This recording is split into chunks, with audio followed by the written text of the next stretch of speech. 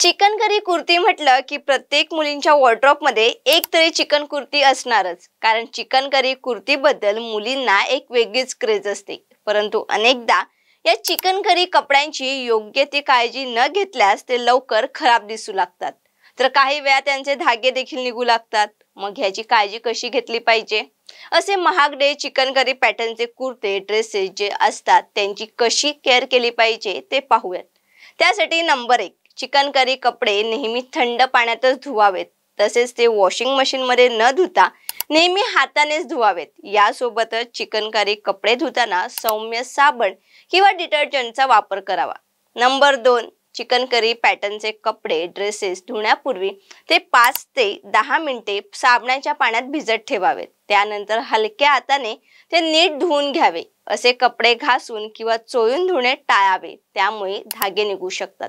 Number 3, आता कपडे धुवून झाल्यावर ते थेट सूर्यप्रकाशात वाळवू नका. सावलीत व्यवस्थित वाळवा. यासोबतच तुम्ही एक टॉवेल पसरवून मग त्यावर ते कपडे वाळत घालवू शकता.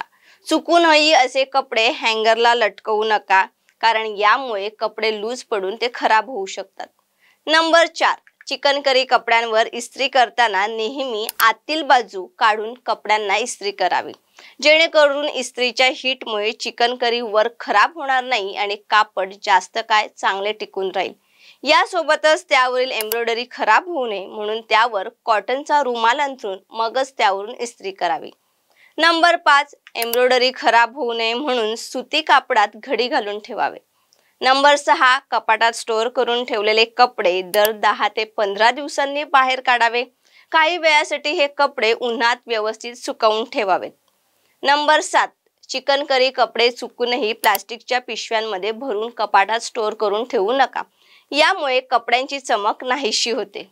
आता तुमच्या घरात असणाऱ्या चिकन करी कपड्यांच्या बाबतीत ह्या टिप्स नक्की एकदा वापरून बघा आणि व्हिडिओ आवडली असेल तर लाईक करून शेअर करा आणि आमच्या इन्स्टा, FB, YouTube पेजला फॉलो करा. धन्यवाद.